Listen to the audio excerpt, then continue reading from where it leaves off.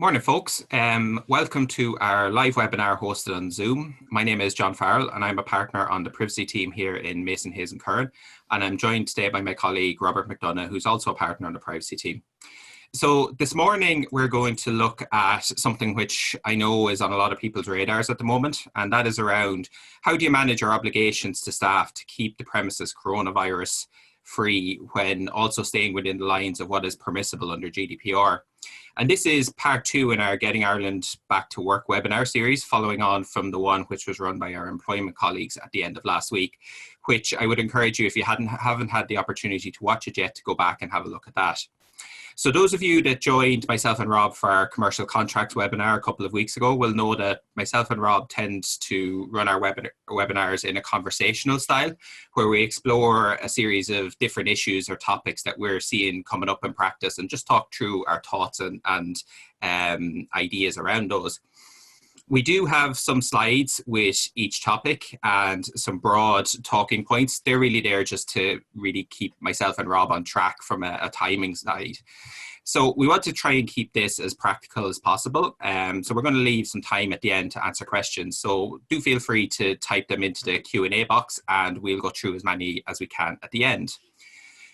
Okay, so getting down to business. Many of you will have seen the big development over the weekend, which was the release of the Return to Work Safety Protocol by the government. And I think one interesting element of this was that data protection or privacy isn't really mentioned in it, although there are some interesting sort of tangential issues that we'll come to a little bit later on. But I think it's probably safe to assume that we're going to see updated guidance from the Data Protection Commissioner over the next week or two. And I think that would follow a pattern that we've seen in a lot of EU countries who have already started to move out of the lockdown phase a little bit quicker than we have, where their regulators have issued some updated guidance to assist and to guide companies. So maybe we'll just dive into our first topic, and that is, what are the types of things companies should be thinking about from a privacy standpoint? So this is probably a good opportunity to introduce my colleague Rob and to pass over to you, Rob. What sort of things are you seeing with your clients? Thanks, John, and hello, everyone. It's actually quite interesting to see how quickly people are moving and innovating. So we've been seeing a lot of different things. So it all kind of started off initially with self-certification and questionnaires. But quite quickly, we're starting to see people looking at things like temperature testing, antigen testing, antibody testing, people even using technology to trace people throughout the premises and their facilities, and a variety of other things. So I think straight away people are really ramping up in terms of what they can do to protect their workforce and their business. And there's obviously a fine line there that has to be taken between, complying with, health and safety obligations, and the economic necessity to protect your business, and complying with privacy laws. And I think what's quite clear from the guidance from the Data Protection Commission and also the guidance across the EU from all the different data protection supervisory authorities is that, privacy does need to be complied with, and you can't just kind of ignore it. Yeah, and it's really like, I've put it up on the slide there, and it's something that we're going to come back to a few times as we talk through the topics as sort of a key pillar. It's this idea of having proportionality as a guiding principle. And I suppose that maybe sort of tees us up into going into our second topic, which is looking at actually the specific things within GDPR that when you're creating these back to work plans, what are the main GDPR issues you need to take into account? So I suppose, look, the first thing is data protection law doesn't stand in the way of the provision of healthcare and the management of public health issues. Nevertheless, it is treated as a fundamental human right within the EU. So it just means you can't implement these things and effectively ignore personal data issues. And I suppose that's particularly the case with some of the more invasive procedures, where actually there might be alternative ways of actually looking at it. And I think that kind of comes through in a lot of the guidance, not only from the Irish regulator, but also from other European regulators as well. I think that guiding principle of a proportionate response and proportionate measures being put in place, guided by public health advice, I think that's going to be really key. And I think the the sort of return to work protocol itself is stated as being a living document. I think what we're going to see with the DPC guidance is it's effectively living guidance. It's going to be updated regularly. It's sort of unusual, isn't it, from a GDPR perspective, that we talk about advice that's only issued 2 months ago, but it's already out of date. But I think that's just the world we live in at the moment. That everything is going to be fast moving. It's going to need to evolve as things change. And I guess when we look at specific legal issues, if we turn back to the DPC guidance on this, I think even though it is a couple of months old, I think there's some really interesting points in it that will focus people who are working on this, up until we get some more updated guidance. But I think a lot of the broad issues that they advise people to look at, I think they still hold true, don't they, Rob? Like, I mean, I think lawfulness and making sure you have legal basis and Article 6 and Article 9 of GDPR, like, that's going to be crucially important. No, you're spot on there, John. So, like, I think first, it's one thing that's just interesting to see is, like, the Irish DPC's guidance is a bit out of date, and it's kind of talking a bit about questionnaires, but a lot of what it talks about is relevant in terms of the themes that come through. But there is obviously more recent guidance from other regulators, like, for example, I think the Keneal issued just some on the 5th or 7th of May, and the Dutch and the Spanish and so forth. So there is a lot of variation, but what's really interesting to see, though, actually, with the guidance is the different approaches. So you see, the UK is quite permissive in broad terms. The Dutch are very restrictive. The Keneal in France are a little bit in between. But they're all touching upon these same issues. And that divergence of opinion can be helpful when you're trying to take an approach which perhaps is slightly different to what's happening in Ireland. It's very helpful to be able to say, well, look, the UK seems to say that's okay. So, having that understanding of the cross-European position is helpful. But going back to your point, John, you're definitely going to need to have a legal basis. You need to have a legal basis under Article 6, which would probably be legitimate interest test or one of the other ones, but also under Article 9 if you're collecting any health data. And Article 9 is it's a derogation, so it's quite restrictively interpreted. And the kind of legal basis that you might be able to look at there, explicit consent is obviously one of them, but there's always a concern relying on consent in an employment context. It's a real trap, isn't it? Like, it's the consent trap. People often sort of delve into it when it actually causes more problems than it solves. No, completely. And I just don't think, if you, like, the EDPB, which is the European Data Protection Board, just last week updated its guidance on consent. And again, they reiterated this point around relying on consent in an employment context is problematic unless you can show that the employee has a genuine choice, they don't suffer any detriment, they're not under peer pressure to say yes. So, maybe you can use consent for certain voluntary regimes, but generally speaking, and even when doing that, you need to be very careful that it is truly voluntary. But otherwise, relying on consent is going to be difficult. So you're going to need to look at something else. Article 9.2b allows for processing necessary for purposes of carrying out obligations of the employer. So that's going to be very relevant. There's other ones as well, like protecting the vital interests, acting in the public interest, where it's necessary for assessing working capacity, but that's when it's done by a health professional and it's part of an occupational health scheme. I think one of the sort of common threads across those other ones, like 9.2b and 9.2c and others, is this idea that the measures should be deemed necessary and proportionate. And it's really that sort of balancing exercise, isn't it? That's what the law wants you to do, to make sure what you're doing is in line with privacy standards. Yeah, and I think that, like, certainly when you've got guidance saying you should do something, that's going to be really helpful. But there's, we have a lot of innovative clients who are trying to go a little bit beyond what the standard guidance is saying. And that's where you have a little bit more difficulty. And that's where, in broad terms, if you can say, look, what we're doing is proportionate, and we've, given a good due consideration, and we can point to a tangible benefit, then you're probably going to be able to find a legal basis. But certainly some of the different measures that people are planning to do carry more risk than others. Absolutely. I suppose some of the other interesting things, I've put them up on the slide there from the DPC guidance. I think transparency, it's always important. But I think it's something that could be a little bit overlooked with some of these measures. Like it's going to be really important to inform people, and like, what's the best way of doing that? Do you know, do we update the privacy notice? Do we do something else? Yeah, no, that's a really good point, John. And when it comes to transparency, I think there's two things you can do. First of all, I think you just have a supplementary update to your privacy notice. A one-pager really that sets out what you're doing in the context of coronavirus. And you need to take appropriate measures to bring that to the attention of staff. You don't want to be giving it to them, as and when they arrive at work and you're trying to implement some particular measure. You need to try and give it to them in advance. But there's other things you can do as well. We've seen clients looking at, doing webinars for staff, or, kind of video messaging or other things. So you just need to kind of look at a number of different measures. And what's important is the timing of it as well. So, you can think about the timing. You got to think about the means by which you're going to do it. But then you also need to really think about, what are we going to say? And you want to say it in a clear, simple way. And you want to capture things like, why are we collecting it? How are we using it?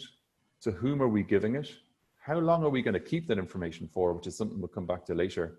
And also things like, is it mandatory to answer a particular questionnaire or not? And what are the implications of not doing it? So these are all things which Article 13 requires you to inform individuals about. Yeah.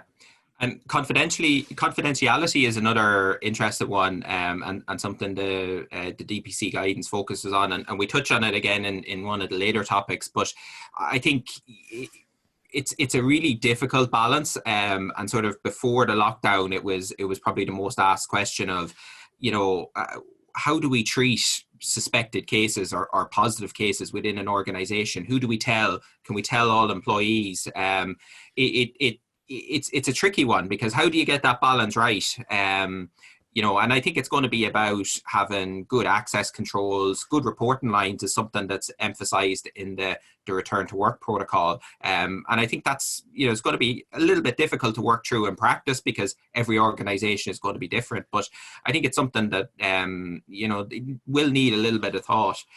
Data minimization, for me, I think this is probably one of the key issues around measures that get implemented here, because I think this is the real potential pitfall of this idea of, just because we can collect lots of information around this, or ask questions or collect data off employees, should we actually do it? And are we collecting more information than we actually need? I think you're spot on there, John. I think data minimization, it actually applies in lots of different ways. So the first thing is, do we need this information? And sometimes, you may not need detailed information. You might need a yes or no answer, or you might need an exceptions-based answer. So even if you think about in the past how, fitness for work, normally the doctor would just give a certificate saying, yes, they're fit for work, no, they're not fit for work, and maybe these measures need to be implemented. They wouldn't give you the medical history of someone. So again, here, just thinking about, do we really need all this information? And then thinking about other aspects of minimization. So, minimizing how long we keep it, minimizing to whom we give access to it, all these different things. So minimization is really important. It goes back to that point about confidentiality you mentioned, John. Do I need to say to people that I have do I need to say that John or I have the coronavirus, or do I need to say someone in your department or someone in your unit has the coronavirus? So just thinking about, how can I minimize the amount of information I collect and disclose to others? Yeah, and I think sort of when you talk about minimization, retention and deletion sort of goes hand in hand with that.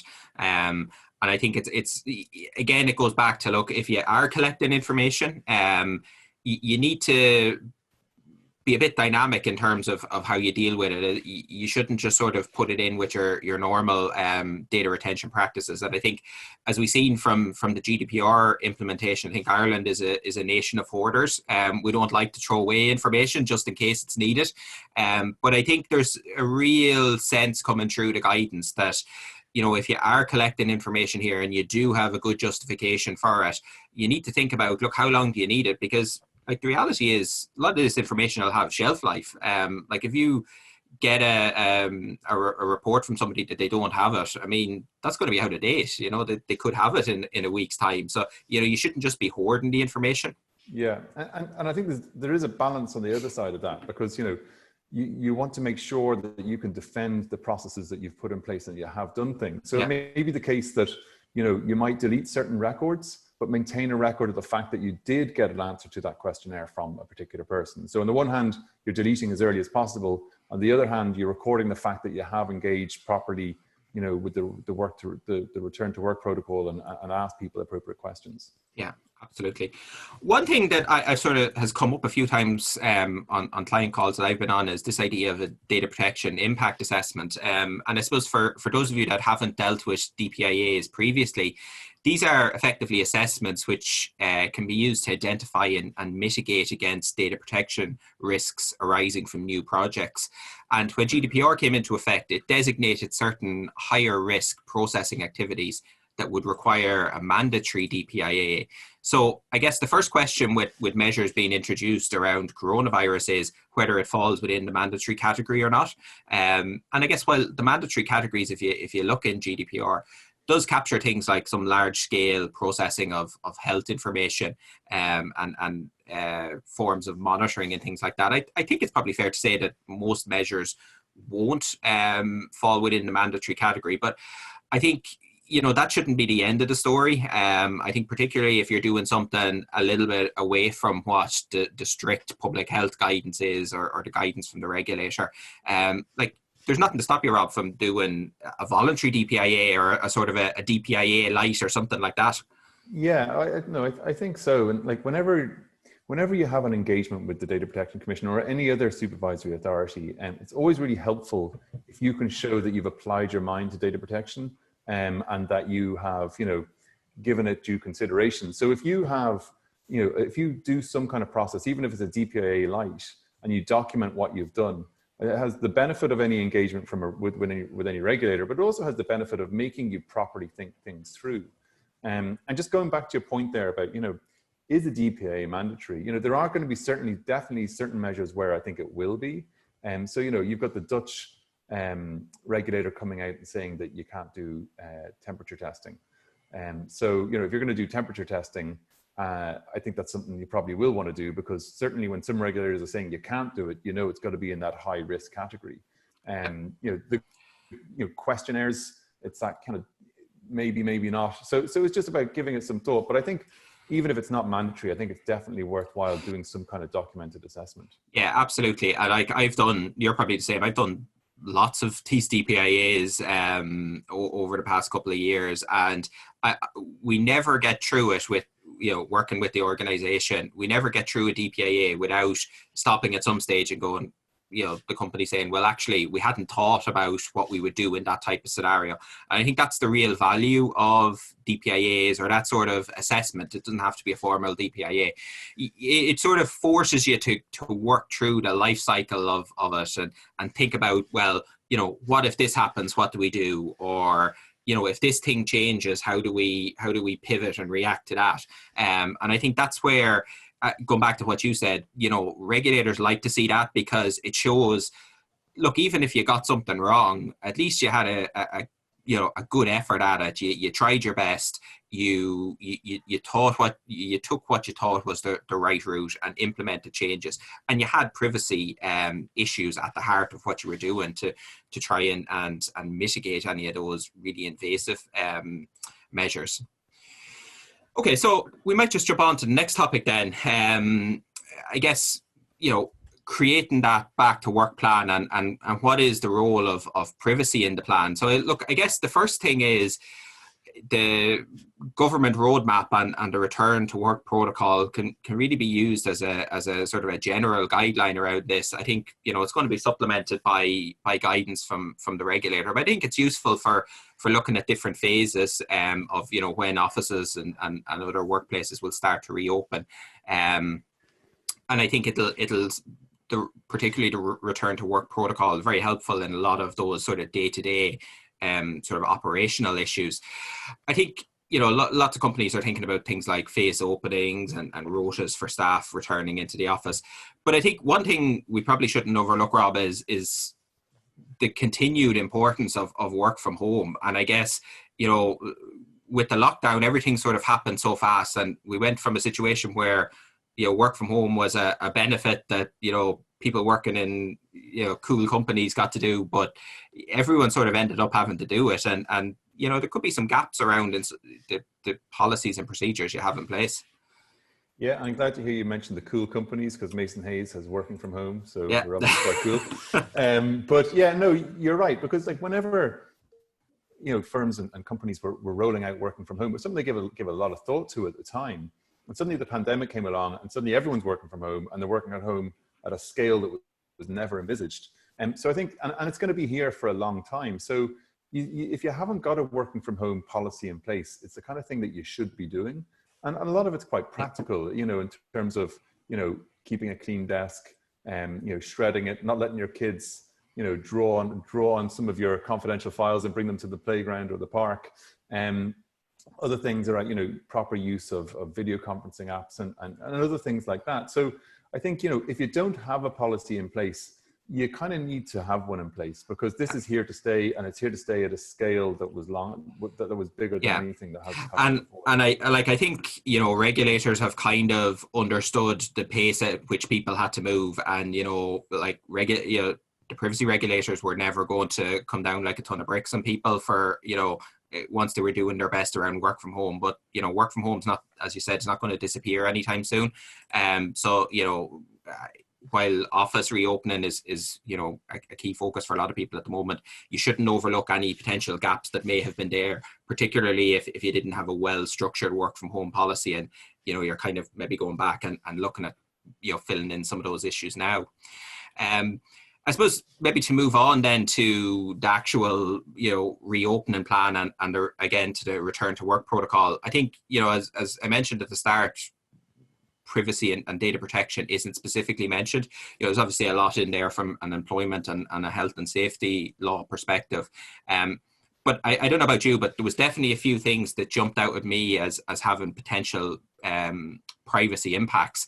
Some of the requirements, like the one to take into account workers' individual risk factors, such as underlying medical conditions, etc., which will mean that that's all going to be health information, right? So you're collecting information about people, your employees' health, that you may never have had before.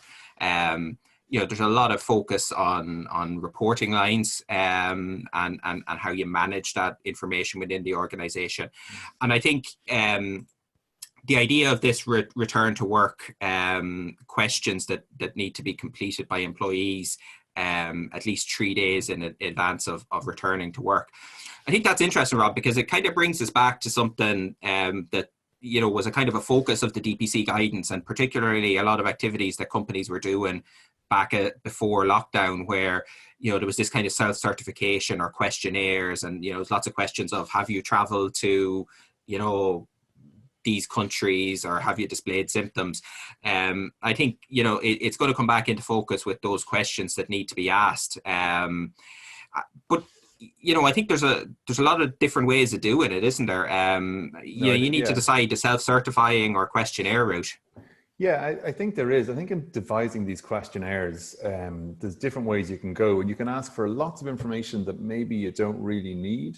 And for example, even taking the underlying risk factors, do you need to know exactly what those risk factors are? Can you actually just say to someone, can you categorize yourself within one of these categories? Do you need to know why they're at risk, or just need to know that they need to be treated slightly differently? So, again, looking at that thing of minimization, where can we get the necessary output in terms of what we need to know, but in a way that we ask for and retain as little information as possible. Yeah, and I think, do you actually need to get people to fill out a form and then you keep the form where they're answering no to all the questions? I mean, what are you going to do with that form? Where do you store it? How long do you keep it for? That really goes back to that kind of minimization point we mentioned earlier on. Maybe you do need to keep some form of record, particularly if an employee does come back with a positive answer to some of the questions, but maybe not everyone needs to know that, or how do you store that? So I think they're all kind of interesting things to think about when you're really implementing it. Temperature checking. So this one's been kind of a really interesting area. It's sort of, we've seen different views from different regulators and changing views from different regulators throughout the EU. I think, and it was interesting. We were talking about this at the end of last week. When it was first reported about the return to work protocol, where a lot of the media reporting was saying that workplaces would have to introduce temperature checking. But I think it's interesting, like the return to work protocol doesn't specifically say that, does it? No, it doesn't. It says, it talks about doing it where necessary, in accordance with public health advice. But there's pretty limited public health advice around there at the moment saying that testing needs to be done. So it may be that there will be new guidance, but that may in turn be sector specific.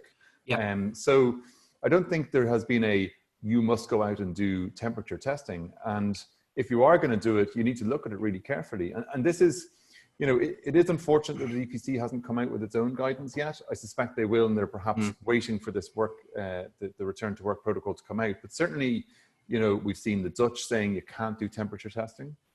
We've seen the CNIL saying you can't do it through, automated means like, thermal imaging. But you can do it on a manual basis, provided that you don't actually capture any records.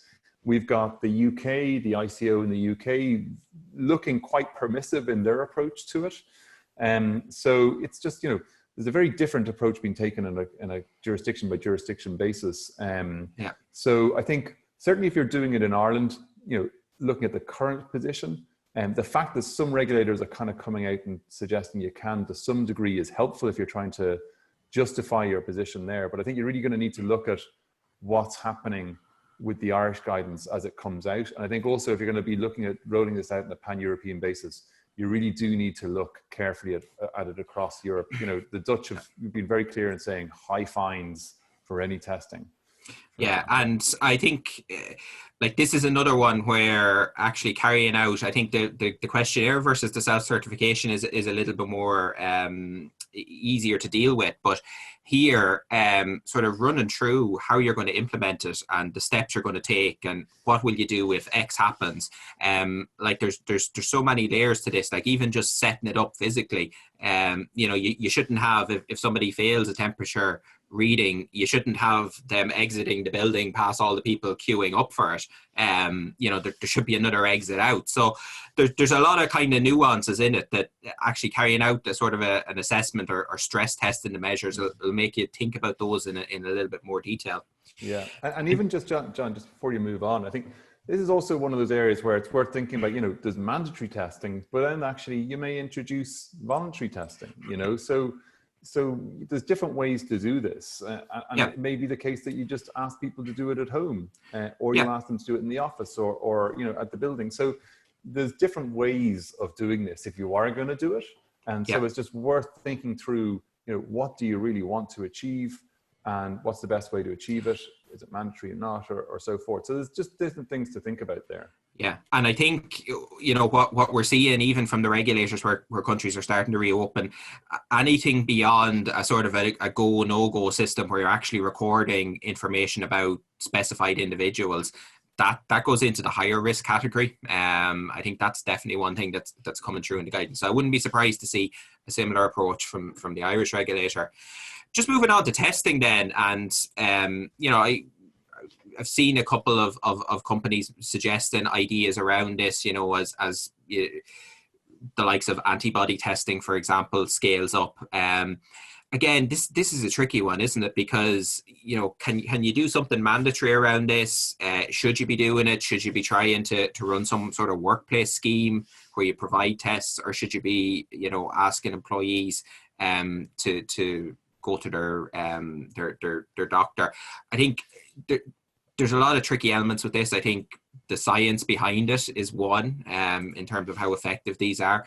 But also, I think if you are implementing something like this, you probably need to think about, what additional information are you actually going to get from carrying out these tests? You would really need to do them on a rolling basis. So you'll probably have to implement some other measures. You'll definitely have to have the self-certification or the questionnaire and, maybe even temperature checking. So I think that's probably a tricky one, isn't it?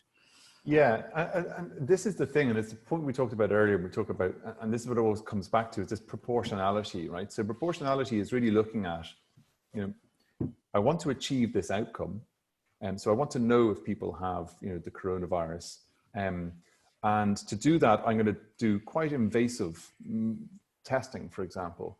But that testing doesn't give me a guarantee that this person actually has the coronavirus.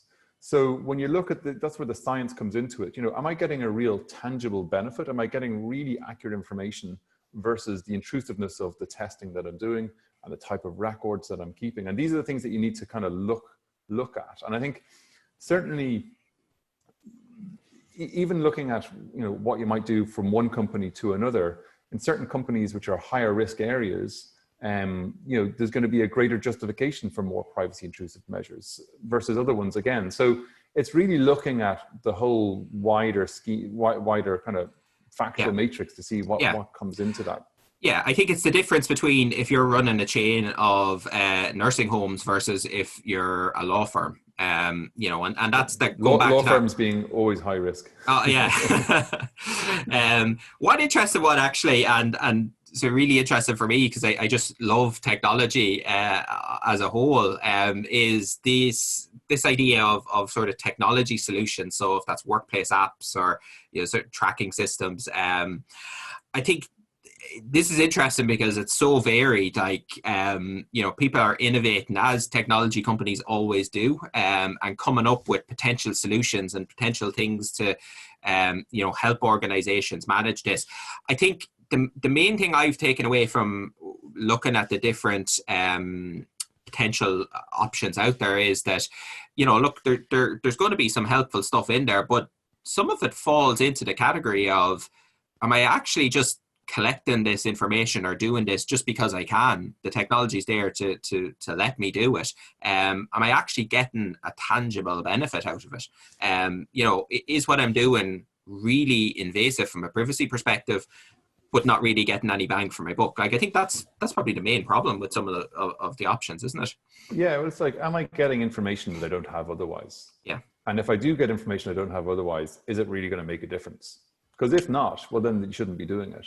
And again, it's going to be, specific to the employer and the circumstances of your business as to whether you can justify this or not.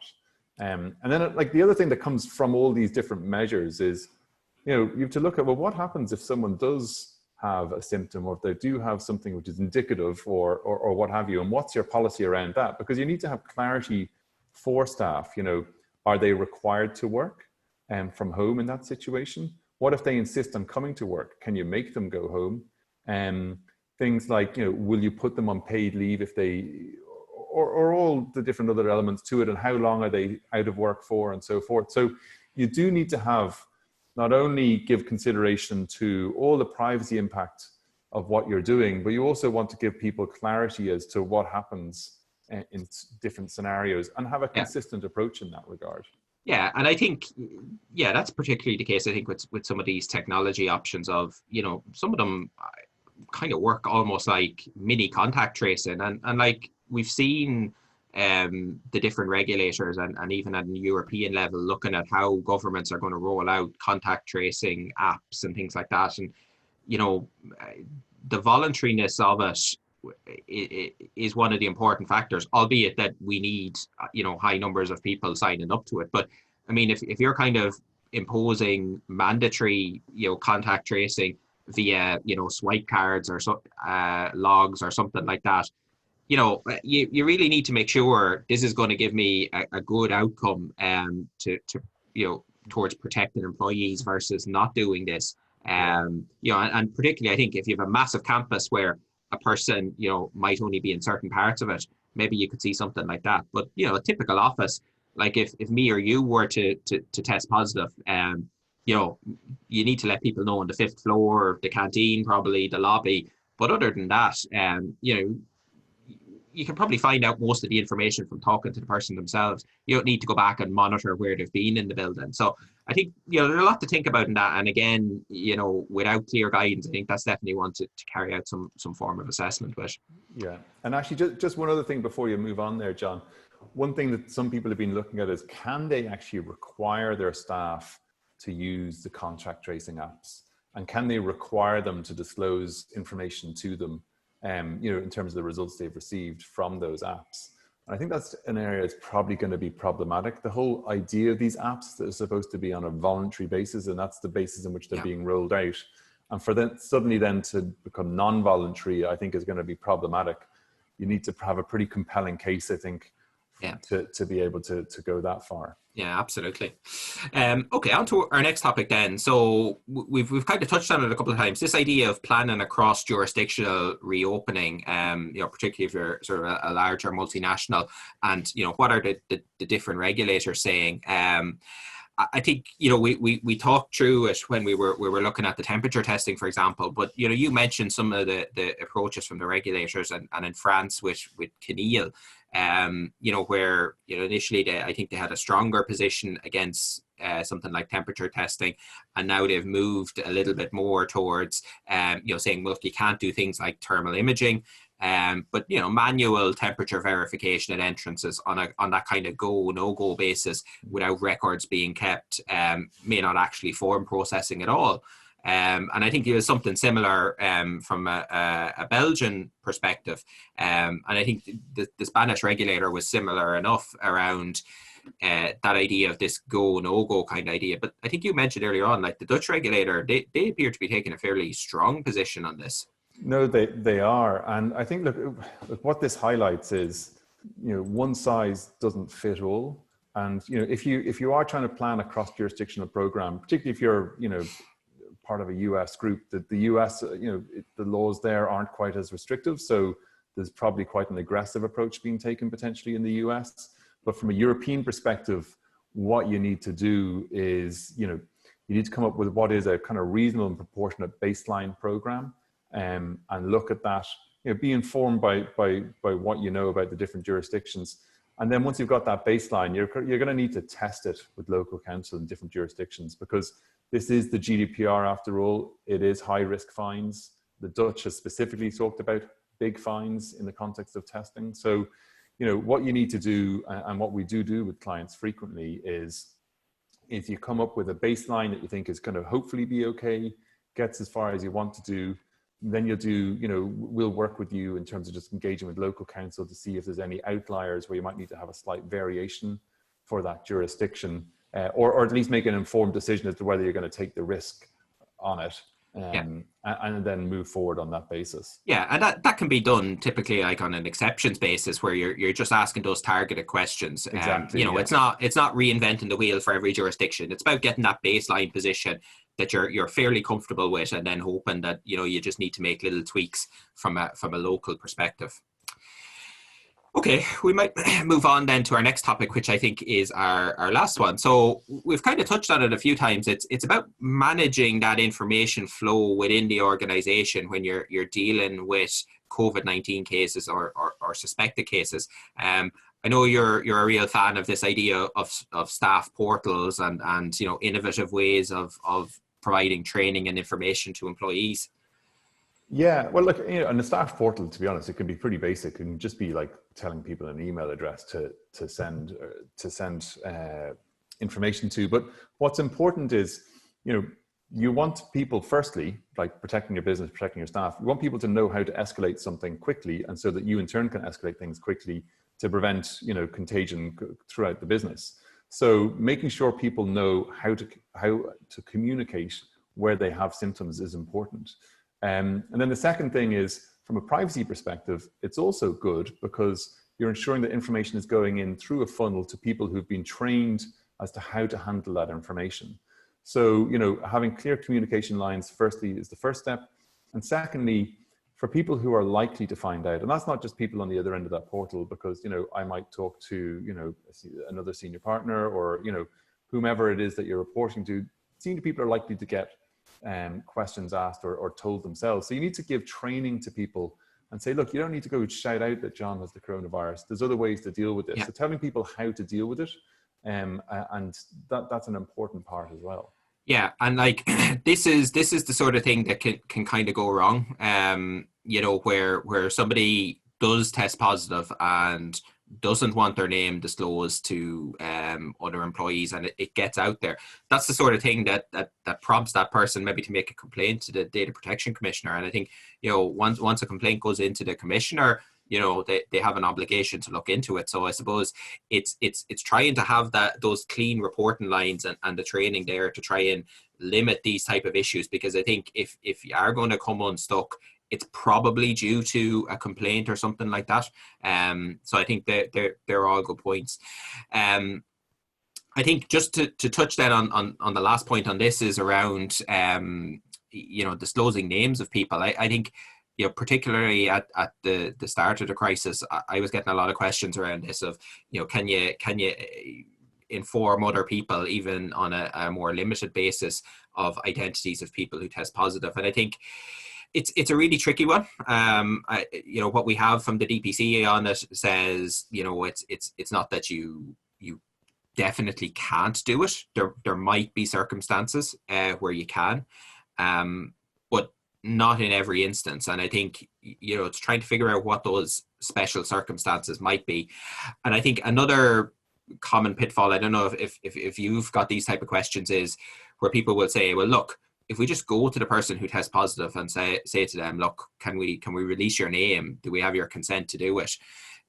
Getting that consent, going back to something you talked about right at the very start of the legal basis, consent is just so tricky in an employment scenario. And even if the person says, yeah, look, I'm happy for you to disclose my name, I don't really mind, who knows? They may change their mind and then may say, well, look, I felt pressurized into it, or I felt forced into it. So I think that's definitely something to bear in mind around, if you need to actually release names of people. Yeah, no, and I think this is the key thing, right? Is when this happens, whoever knows or whoever's told is going to panic. They're going to go, Jesus, what do I do now? So actually, it's important that you think these things through in advance, and you have a clear policy for people so they just know what to do. It's like with security breaches.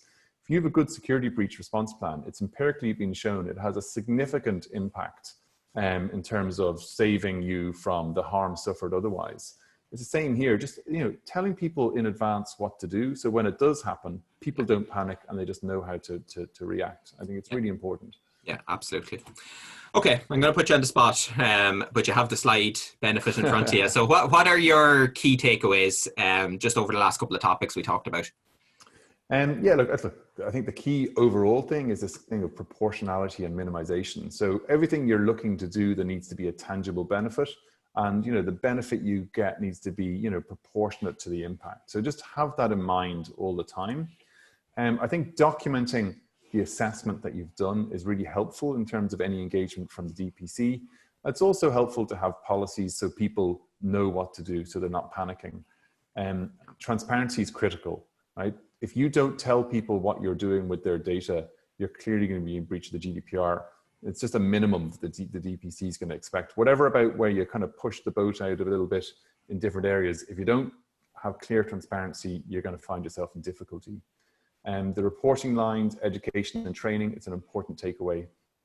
And then finally, don't forget, as we said earlier, if you've got all these staff working from home now, give them some guidance around how to do that appropriately and in a way that protects the business. And that's just something that I think people aren't really focusing on that at the moment. They're all kind of in crisis mode, looking at what we're really mainly talking about here, which is, how do we get information from people about the coronavirus? But actually, protecting your confidential information is important. And equally protecting the health and safety of your staff who are working from home, is important. Yeah. So just having that in place. And then this whole thing of everything is changing daily. So you can't just do this today and assume it's right tomorrow. Things are going to move on. So just keep on top of changes and the evolution of the position. Yeah, absolutely. Okay, I think it's probably a good point maybe if we jump over and look at taking some questions. So I'm going to put you on the spot again and let you pick out the first question, and I'll have a look through and I'll get the next one. No picking easy ones, John. Okay, well, here's one. Let me find one here. I'm just trying to find one. When do we expect guidance from the DPC? It's hard to know. I would say probably I'd be disappointed if we didn't see something by early next week, to be honest, but it's hard to know. I think they're working to timelines of when offices are going to start reopening. And that's not unusual. I think we've seen that with some of the other EU countries. Like, we have a little bit more in-depth guidance because they're a little bit closer to offices starting to reopen. Yeah, and I think, like, and the one thing is, we're all having to plan now, we're having to advise now for what's going to happen down the line. So the DPC can't wait too long, or else they just have to they'll have to accept, if they wait too long, that they're not as relevant as they could have been. So, for example, we'll lean more heavily on the ICO's guidance, or we'll lean more heavily on the CNIL's guidance, because the DPC hasn't given anything. And so I think they need to come out sooner rather than later. And my expectation is that they will. Absolutely. Okay, I've one here. Due to timelines for responding to GDPR data subject requests still apply where an organization is temporarily closed or capacity to handle requests is curtailed because of COVID-19. So a really good question, and it actually was addressed by the DPC sort of early in the crisis, that they kind of gave the answer which was the only answer they could give, which was, in effect, yes, the deadlines still apply. There's nothing in the law which allows an extension beyond that, but their expectation is people would be a bit more reasonable in terms of the requests, and that a bit more leeway and flexibility about maybe, organizations looking to reduce the scope of a request. So, those typical requests that you get in of, give me all the information you have about me. It might be a little bit more reasonable for the organizations to go back and say, well, look, just given the circumstances, what are you particularly looking for, or what information do you particularly need? I think it's probably fair to say, Rob, like, that they were getting at that kind of idea, wasn't it? That they expect people to have a little bit more leeway. Yeah, no, I think that's right. Yeah. Yeah. Okay, I'll just take another one here. Okay. I'm sure my question's already covered, but can you give your view on which legal basis should be relied upon where you're asking them to provide a questionnaire? So I think, my view is we've got guidance that's come out kind of suggesting that we should ask for this. And we have, as an employer, you have an obligation to provide a safe environment for work. So I think Article 9.2b is probably the best one. Yeah. But, you can actually have more than one legal basis if you want to. So it's not to say that you have to hang your hat just off one. But I think that's probably, to me, in that scenario, probably the most appropriate one to do so. Yeah. Okay. Can an employer request more? Sorry, actually, just before I go off that, John, one point to remember, and I did touch on this earlier, is you're relying on Article 6 and Article 9 when you're collecting health data, because Article 6 legal basis applies for any type of processing of personal data, and Article 9 is when you got health data. So if you're relying on legitimate interests, you will need to do a legitimate interest assessment. So like there is in terms of Article 6 an alternative, which is where it's necessary for compliance with the legal obligation to which the controller is subject. So if you're reluctant to do that legitimate interest assessment, you might try and look at that provision alternatively. It means you don't have to do a legitimate interest assessment, but you're still kind of doing the same assessment anyway, I think, in practice. So I don't think it makes ultimately a huge difference. Yeah. Okay. And actually, one final point on that just occurred to me, which someone hasn't asked me about previously, which is, if you do rely on legitimate interest, people do have a right to object to their processing, but you're entitled to override that objection request where you have a compelling ground to do so. And I think you probably would have a compelling ground to do so in the light of the coronavirus in most situations. When it comes to, for example, just very basic information, provided you're doing it in a proportionate and reasonable way. Yeah.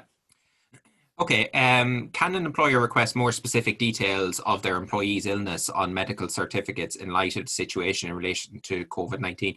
I think it's an interesting one. If we look at the return to work protocol, it does put an obligation on employers to take into account workers' individual risk factors. So that may be including underlying health information, but maybe this question's getting a little bit more about that kind of return to work sort of, or fitness to return to work scenario.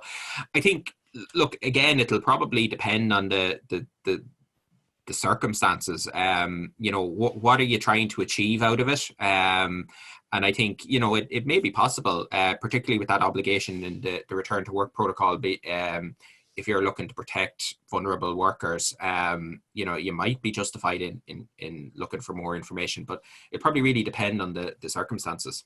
Yeah, and I think there's a good way to ask for that information, right? So, you know, once someone is vulnerable, then you need to treat them in a particular way, which in the context of coronavirus is probably simple enough, which is you need to either keep them at home or keep them as far away as possible from other people, or you know, in a more isolated area. So you don't necessarily, you may not need to know all the symptoms, or at least in the first instance, you may not need to. You might need to just say, look, this is how we categorize high risk. You know, do you fall into that, without looking for specific details? So I think it's an area where you can put a little bit of thought into it. Yeah. Okay, so I'm just going to take one here. It's a tricky one, so I'll test myself. If an employee is tested positive for COVID, how long do we need to keep this information? And this is a tricky one because there's no hard and fast rule. So, you know, and you need to look at it in two different contexts. So in the first context, you're saying, well, how long do I need to keep this information to protect my staff, right? So, you know, once I know that someone has it and I've implemented measures, you know, I actually probably don't need to keep it any longer than as long as I've implemented those measures. So, you know, I've told that person to stay at home, and they come back, you know, they come back, say, 14 days later. So at that point in time, I have got the person to self-isolate. I've implemented appropriate measures to protect everyone else. I've informed them to the extent and appropriate to do so. And at that stage, I don't really need that information any further. But there's a risk, right? There's a risk that someone could sue you and say, look, you failed to implement appropriate measures. You know, John had the coronavirus, you didn't do anything about it, or what did you do? So from a risk management perspective, you may need to keep some type of record just in case there is litigation in the future. And we really don't have a feel for the likelihood of litigation, but the fact that you have a duty to protect your employees, I think you're going to need to keep some kind of record to show that you took appropriate measures. And whether that is just a confirmation that, you know, that you can anonymize that data, for example, or pseudonymize it, or take certain steps to kind of minimize the data that you're keeping beyond the initial immediate period of time. So hopefully that answers that question.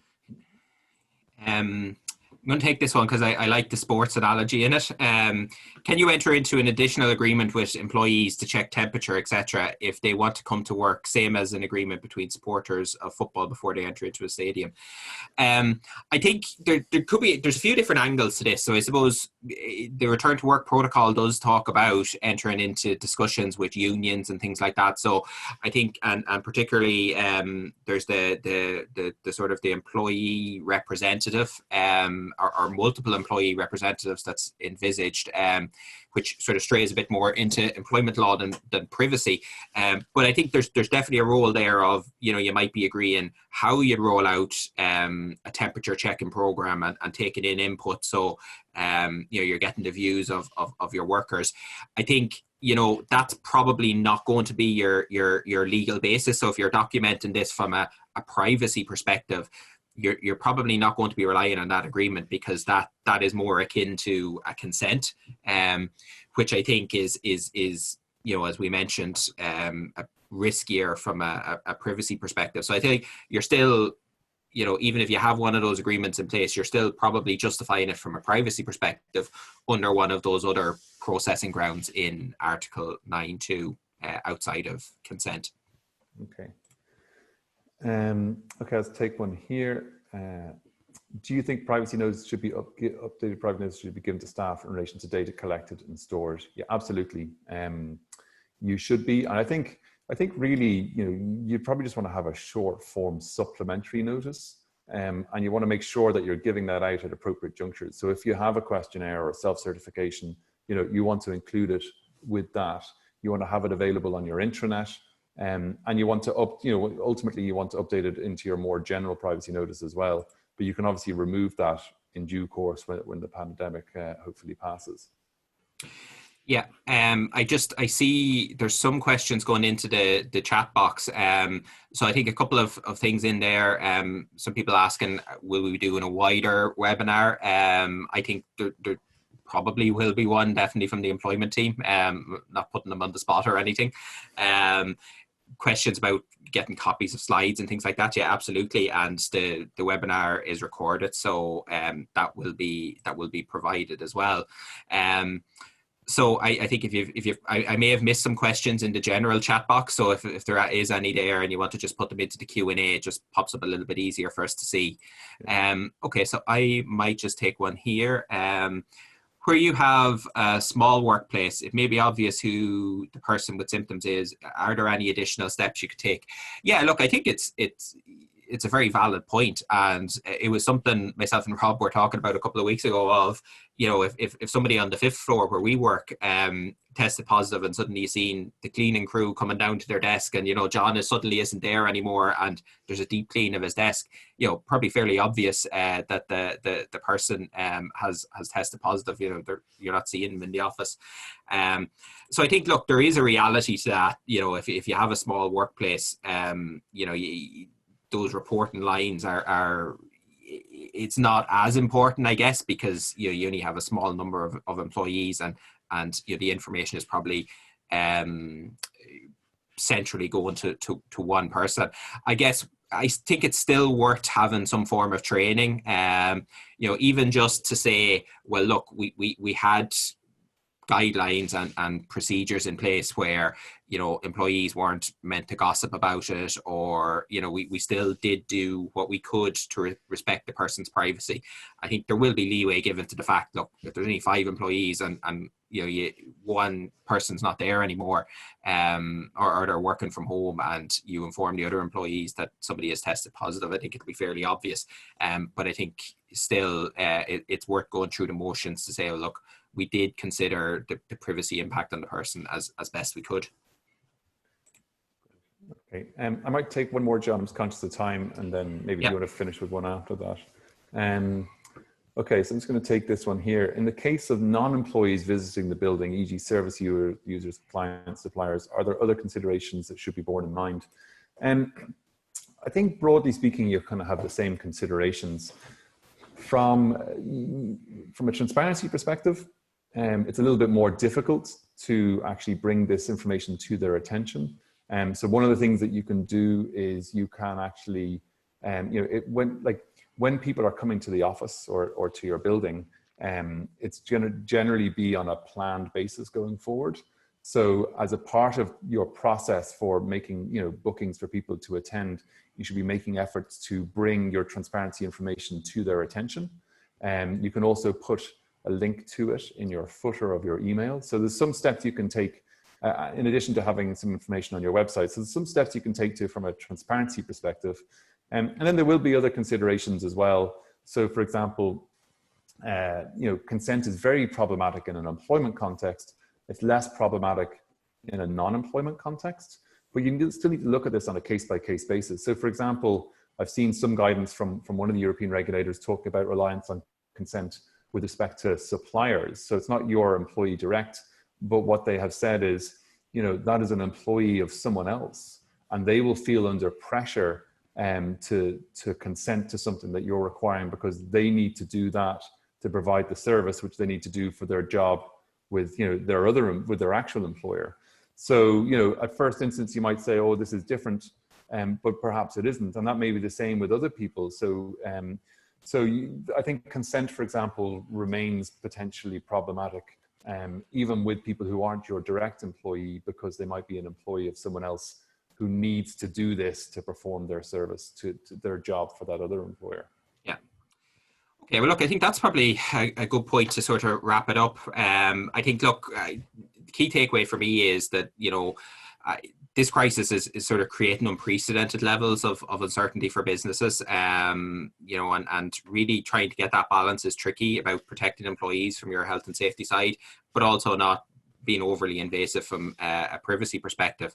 So I think, look, I think the key message is, try and just consider privacy as part of the plans that are being rolled out, and try and have a sort of a common sense approach. That's really what regulators are going to want to see, and just try and make sure that what you're putting in place is proportionate and sort of is as close to guidance as you can. Okay, so I think that's pretty much it from us. Just to say thanks very much, and a copy of the slides and recording will go around after the webinar. Thanks. Great. Thanks, everyone. Bye now.